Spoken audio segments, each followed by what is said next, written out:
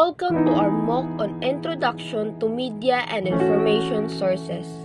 In this lesson, we will explore the different types of media and information sources where we get information, how we evaluate it, and why each type is important.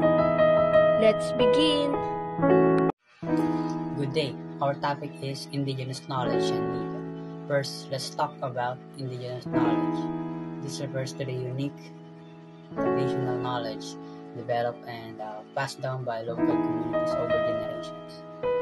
It often includes practices, beliefs, rituals, and ways of living that are deeply connected to culture and environment. Alongside this is indigenous media.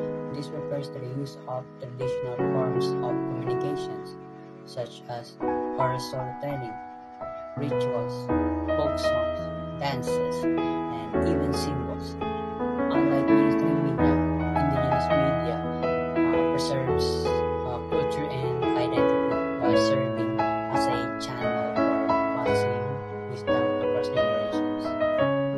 Thank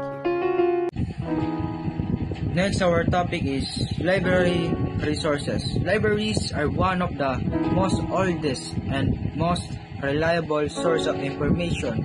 They organize and preserve knowledge across various formats: books, journals, magazines, and digital archives. Also, there are four main types of libraries. First, academic libraries, which is found in college and universities supporting research and learning. Second, public libraries, open to everyone, providing access to books, newspapers, and digital information.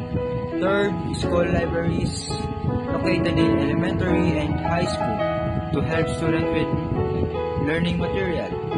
Fourth, special libraries, which is serve specific group like law libraries, medical libraries, or corporate libraries.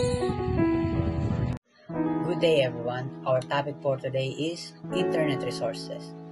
Today, one of the most widely used sources is the internet, but not all online information is trustworthy. That's why we need to evaluate internet resources using the following characteristics that I will say in this video. First one is reliability. Is the information consistent and dependable? Next one is accuracy. Is it fact-checked and free from errors? Next one is value. Does it provide meaningful and useful content? Next one is timelessness. Is it updated and relevant to current times? And last one is authority. Is it written by credible authors or institution? Thank you, and that's our topic for today. Topic: Other sources of information: primary, secondary, and tertiary. Besides libraries and internet, we also have other sources of information. This can be classified into three types.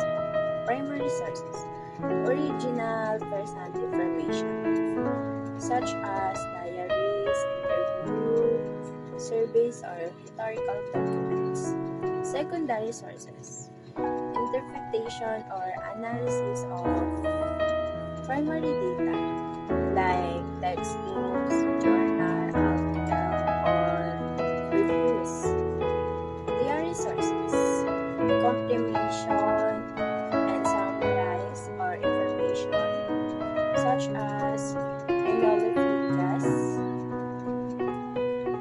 the dictionaries, and bibliographies. These sources help us cross-check, analyze, and better understand information. Back again to summarize everything in this lesson. To summarize, we've learned that there are many types of media and information sources. Indigenous knowledge connects us to culture and tradition. Libraries remain reliable learning hubs. The internet provides vast information but must be evaluated carefully. And finally, primary, secondary, and tertiary sources guides us in research and analysis. Knowing how to identify and use these sources is key to becoming media and information literate. Thank you so much.